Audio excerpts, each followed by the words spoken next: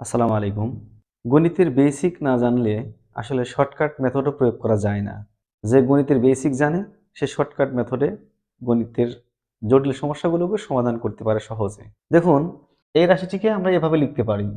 অর্থাৎ এই রুটটাকে আসলে আমরা সংখ্যায় প্রকাশ করলে হাফ পাওয়ার হাফ। আবার এই কিউবিক রুটটাকে আমরা সংখ্যায় প্রকাশ করলে 1/3 এভাবে লিখি। এখন দেখুন, যেহেতু মাঝখানে ইকুয়াল চিহ্ন আছে অর্থাৎ দুই পাশে সমান হবে, মান সমান। এখন এখানকার কোন মানটা বসালে মান সমান হবে? তো তার আগে আমরা মান বসানোর আগেই দেখুন বেসিকটাকে জানি।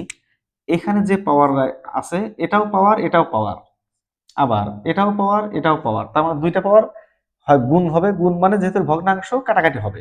এখানেও পূর্ণ সংখ্যা ভগ্নাংশ মানে কাটাকাটি হবে। এখন তাহলে আমার এখানকার পাওয়ার এবং এখানকার পাওয়ার, এই দুইটা পাওয়ারই 2 দিয়েও কাটাকাটি করা যাবে, 3 দিয়েও কাটাকাটি করা যাবে। তার মানে ওই সংখ্যাটা এমন একটা সংখ্যা হবে, যেহেতু দুই পাশের মান সমান হতে হবে, তার মানে পাওয়ারটাও সমান আসবে। সেই পাওয়ারটা কত?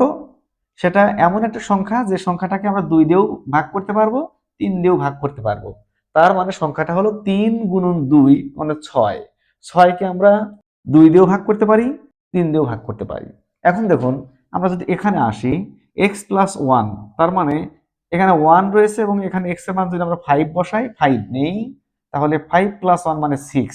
আমরা 6 পেয়ে গেলাম। তার মানে হচ্ছে সংখ্যাটা হচ্ছে 5, অর্থাৎ x এর মান 5 বসালেই আমরা পাবো এখানে 5 to the power 6 into half.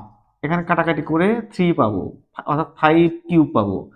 এদিকে 5 টু দি পাওয়ার 2x মানে 5 দুগুণে 10, 2 ইন্টু x মানে 5 নিয়েছি, 2 ইন্টু 5 মানে 5 দুগুণে 10 বিয়োগ 1 মানে 9, 5 টু দি পাওয়ার 9 ইন্টু 1/3, এটা কাটাকাটি করলে কিন্তু 3।